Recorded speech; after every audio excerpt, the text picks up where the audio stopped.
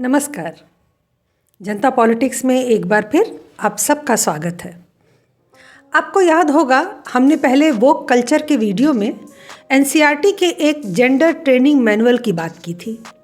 वहाँ विषय दूसरा होने के कारण हमने इस पर विस्तृत जानकारी नहीं दी थी, लेकिन इसकी जानकारी सनातन समाज के लिए इतनी आवश्यक है कि आप विश्वास नहीं करेंगे कि आप भारत में हैं। और उससे भी ज़्यादा ये वामपंथी लिबरल इस देश को कहाँ ले जा रहे हैं यह भी समझ में आ जाएगा। एनसीईआरटी अकेले इस एक संस्था ने भारतीय धर्म और संस्कृति को जितनी क्षति पहुंचाई है उतनी किसी अन्य संस्था ने नहीं पहुंचाई होगी। इतिहास के नाम पर जिहादी किताबों में कूड़ा कचरा भरने वाली एनसीईआरटी और उसमें बैठे कॉमरेड अब देश को अंतहीन गर्त की ओर ले जाने के प्रयास में जुटे हुए हैं। आज से 1 वर्ष पूर्व एनसीईआरटी द्वारा शिक्षा में लैंगिक समानता यानी जेंडर अनइक्वलिटी को दूर करने की बात कहकर स्कूली शिक्षा में ट्रांसजेंडर बच्चों के लिए शिक्षकों और प्रशासकों को जागरूक करने के लिए एक ट्रेनिंग मैनुअल तैयार किया गया था। इसके बारे में हमने पहले बात की थी। इस मैनुअल के प्रस्तावना यानी कि इंट्रोडक्शन में ही हिंदू घृणा का पाठ शुरू कर दिया गया था। इसमें वर्ण व्यवस्था से लेकर परिवार की अवधारणा तक को ट्रांसजेंडर समुदाय के विरुद्ध बताया गया था, जो हमारे धर्म में है और इसके कारण उनसे भेदभाव हो रहा है, ऐसा कहा गया था। अब जानिए कि दूसरी क्या खास बातें रही इस मैनुअल की। सामान्यतः जेंडर 2 ही होते हैं, मेल फीमेल। कुछ बच्चे तीसरे जेंडर के भी हो सकते हैं जिन्हें ट्रांसजेंडर कहा जाता है। लेकिन इस सामान्य सी बात के लिए इतना लंबा चौड़ा मैनुअल बनाने की ज़रूरत क्यों पड़ गई? तो समझिए, इसके मुख्य विवादित बिंदुओं को जानिए। इसके अनुसार स्कूल में लड़कों और लड़कियों के अलग अलग बाथरूम या वॉशरूम नहीं होने चाहिए। इसमें बचपन से ही बच्चों का ब्रेन वॉश हो जाता है कि 2 ही प्रकार के लोग होते हैं, स्त्री या पुरुष, मेल या फीमेल। दूसरे की ट्रांसजेंडर बच्चों को स्कूल में शौचालय का चयन करने में कठिनाई महसूस होती है। तो अगर सब एक ही शौचालय में जाएंगे तो उन्हें आसानी होगी और वो बच्चे अपने आप को सहज महसूस करेंगे। तो मात्र इतनी सी बात के लिए सभी लड़के और लड़कियों का शौचालय एक होना चाहिए। दूसरी महत्वपूर्ण बात कि स्कूल असेंबली में लड़के और लड़कियों की अलग अलग लाइन नहीं लगनी चाहिए। वह सब जो है एक साथ मिलजुल के खड़े हों, साथ ही इनके यूनिफॉर्म अलग अलग नहीं होने चाहिए। पूरे स्कूल के लिए एक यूनिफॉर्म तय हो। मतलब ये कि शर्ट पैंट हो तो सभी लड़कियां शर्ट पैंट पहने और स्कर्ट ब्लाउज हो तो सभी लड़के स्कर्ट ब्लाउज पहने, जिससे कि जो ट्रांसजेंडर वाले बच्चे हैं उनको कोई असुविधा न हो, उन्हें किसी परेशानी का सामना न करना पड़े।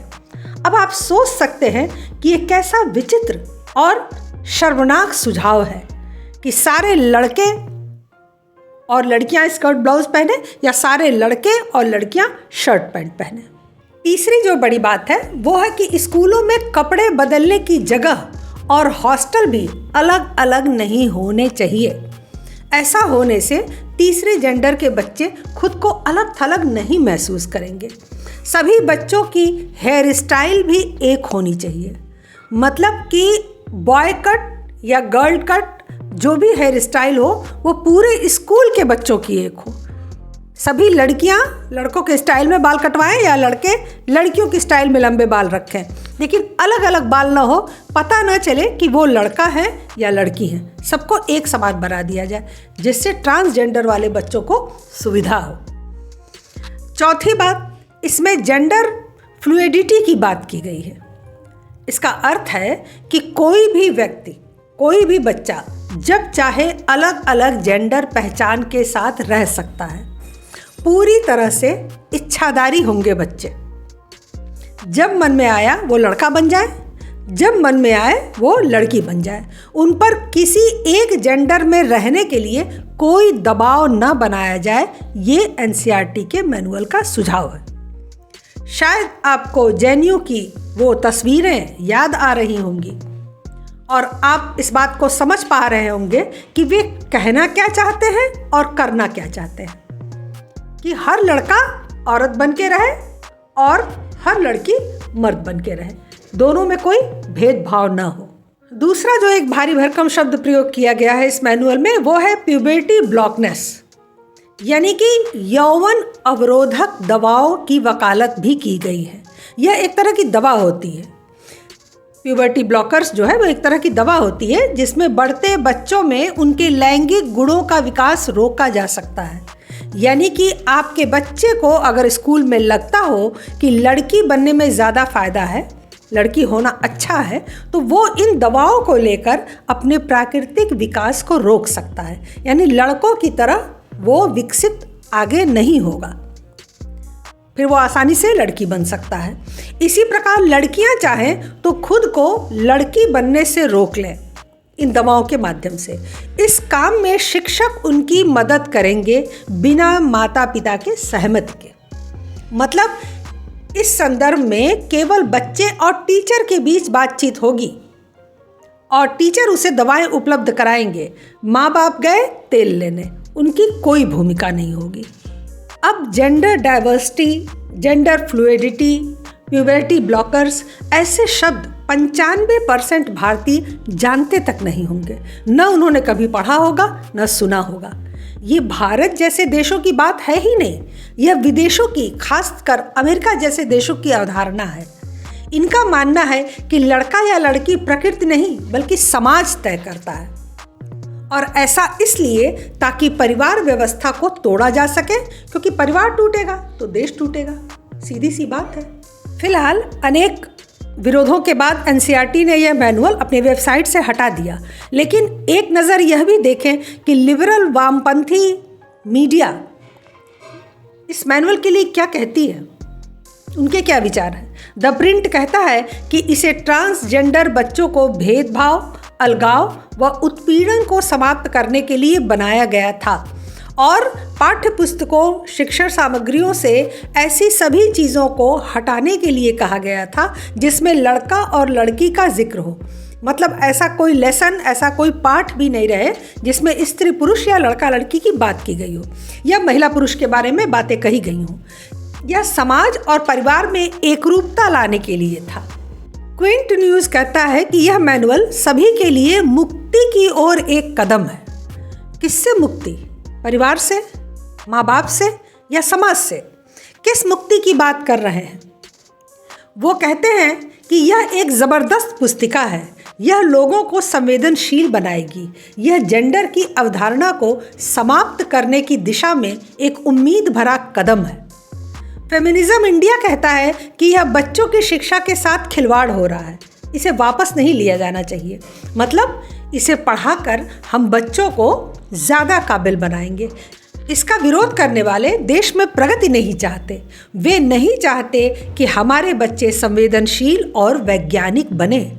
लड़के लड़की का भेद मिटाकर ये किस प्रकार के वैज्ञानिक तैयार करना चाहते हैं, यह तो यही जान सकते हैं, लेकिन इनकी मानसिकता स्पष्ट है।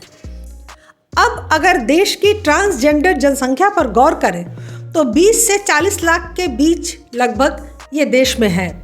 मतलब देश की जनसंख्या का लगभग 0.30%, यानी आधा % भी नहीं।